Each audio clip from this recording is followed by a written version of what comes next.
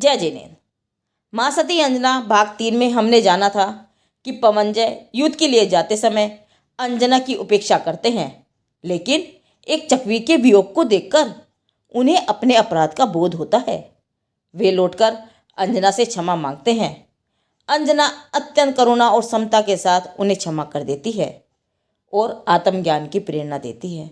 अंत में पवनजय धर्म के मार्ग पर चलने का संकल्प लेकर पुनः युद्ध के लिए जाते हैं।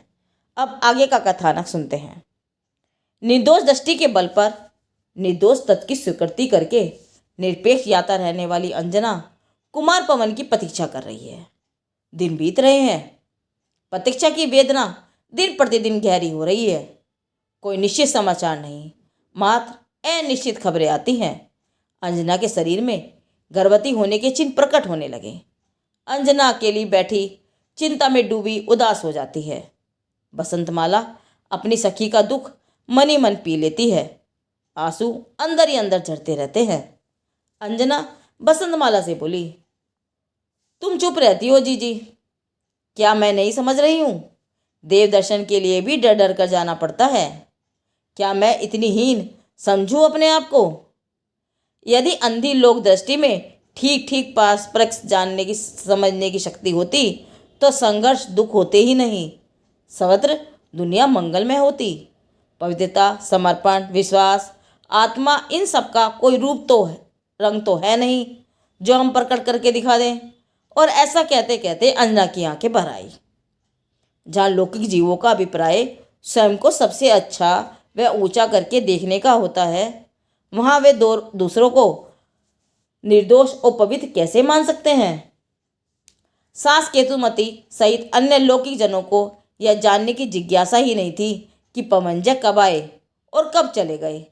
वे सब तो अंजना को अनादर और उपेक्षा भाव से देखने लगे और अपनी ही कल्पना माँ से इतना समझने लगे कि निश्चित ही अंजना ने कुछ गलत किया होगा। बात कानों कान सारे राज परिवार में फैल गई। महादेवी केतुमती ने सारा वृत्तांत महाराज से कहा। महादेवी केतुमती रानी ने अनेकों विलाप प्रलापों के बाद महाराज प्रहलाद से अनुमति ले ली कि अंजना को महल से निकालकर उसके पिता के घर महेंद्रपुर भेज दिया जाए। राजा के कानों में भी गूंज रहे थे प्रजाजनों के आरोप प्रत्यारोप आक्षेप, इसीलिए वो सत्य को जानना ही नहीं चाहते थे। अगले दिन अपने दैनिक कार्यों से निवृत्त हो जिनेन्द्र भगवान के गुणों के अनुराग में रंगी अंजना स्वयं की दुर्बलता से उत्पन्न हुई कलुषता को मिटाने के लिए देवशास्त्र गुरु के उपकार से उपकृत चित्त में उनकी सौम्य मुद्रा व दिव्य वाणी का विचार चिंतन मनन कर रही थी। अहो, स्वभाव की महिमा इतनी अपूर्व है कि 3 लोग की प्रतिकूलताएं एक साथ भी उदय में आ जाएं तो भी उसका सामना करने की सामर्थ्य आत्मा में है। अचानक उसी समय सिंहनी जैसी धाड़ती हुई महादेवी केतुमती का आगमन हुआ। कोमल हृदया अंजना एवं बसंतमाला दोनों ही थर थर कांपने लगी। जगत के कुटिल जनों से धर्मी जीव हमेशा भयभीत रहते हैं, अतः बिना अपराध किए ही उनका नम्र हृदय अत्यंत विनय भाव होकर क्षमा भाव अर्पित करने लगा और दोनों उनके चरणों में दंडवत हो गई। महादेवी केतुमती ने पूरी शक्ति से पदाघात करके धक्का दे मारा। क्षण भर को अंजना स्तब्ध रह गई। आखिर बात क्या है?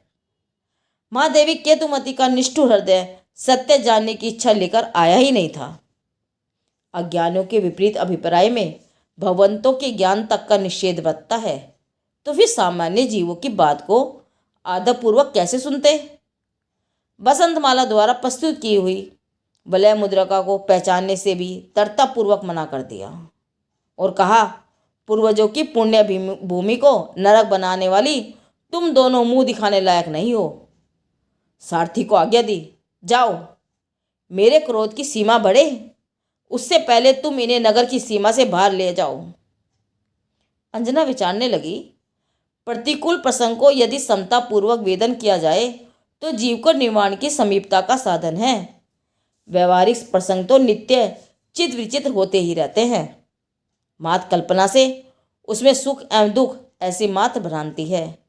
अनुकूल कल्पना से वे अनुकूल प्रतीत होते हैं और प्रतिकूल कल्पना से प्रतिकूल प्रतीत होते हैं। ज्ञाता स्वभाव के अनुकूल रहने वालों को सारे व्यवहारिक प्रसंग न अनुकूल हैं और न प्रतिकूल। रथ अंतपुर के गुप्त मार्ग से बाहर निकल गया। रथ महेंद्रपुरी के मार्ग पर चला जा रहा है। शीतल पवन के स्पर्श से सचेत होकर मूर्छित अंजना ने बसंत की गोद में आंखें खोली। अंजना बोली, मुझ अभागिन के कारण तुम्हें बार बार अपमान और कष्ट सहने पड़ रहे हैं। आज तो इन सब की पराकाष्ठा हो गई। सोचती हूँ यदि मेरी राह में कांटे ही कांटे हैं तो तुम्हें उनके बीच क्यों घसीटूं। प्रतीत होता है अभी तक दुर्दिनों का अंत नहीं हुआ है। कर्मों का नाटक देखना अभी और बाकी है। इसलिए मुझे अपनी यात्रा अकेले ही करनी चाहिए। तुम्हें अपने घर लौट जाना चाहिए।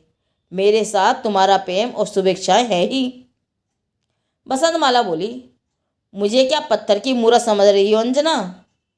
जानती हूँ कि तुम्हारी जैसी सहनशीलता मुझ में नहीं है, पर तुम्हारी सहचरी बनने का भरसक प्रयास करूंगी। तुम्हारे साथ चलकर तुम्हारी साथी बनने में स्वयं को गौरवान्वित एवं सौभाग्यशाली समझूंगी। अंजना ने कहा, मैं अकिंचन आपके उपकारों के बोझ से दबी ही जा रही हूँ। न जाने कितने जन्म लेने होंगे उससे मुक्त होने के लिए। मुझ अनाथ के पास है क्या जो तुम्हें दे सकूं, सिवाय दुख और कष्टों के। इसलिए सोचती हूँ कि ज्ञान में सुख का विश्वास बढ़ाते हुए उसकी महिमा एवं अपनेपन के बल से अपने कर्मों की निर्जरा करूं। बसंतमाला सोचने लगी, कैसी निष्प्रह है ये, जिसे बाहर की दुनिया के किसी भी आधार की जरूरत ही नहीं है।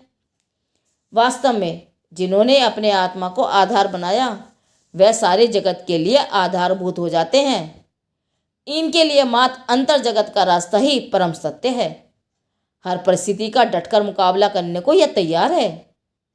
किसी के प्रति कोई शिकायत, कोई अपेक्षा इनके जीवन में शेष है ही नहीं।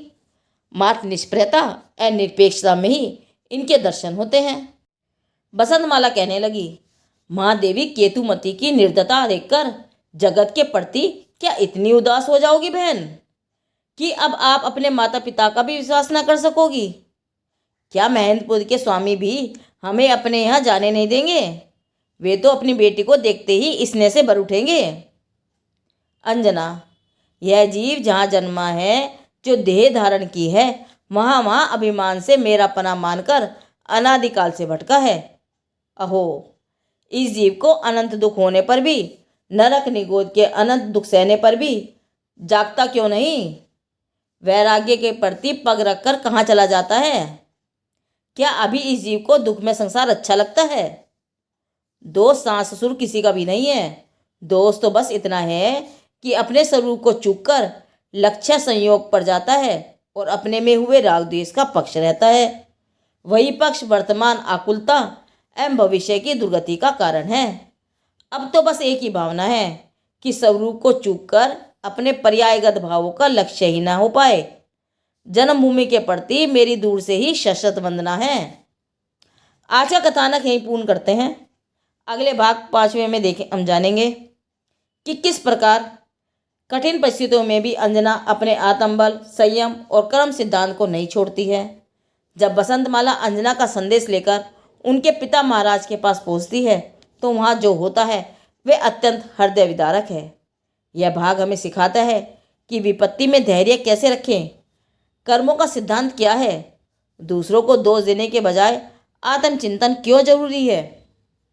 यह कथानक आत्म साधिका महासती अंजना से लिया गया है, जिसके संकलनकर्ता ब्रह्मचारिणी शशि जैन, ब्रह्मचारिणी नीलिमा जैन, ब्रह्मचारिणी ज्ञानधारा झांझरी जी और अभिलाषा जैन जी हैं। जिनदेव की वाणी आगम वाणी।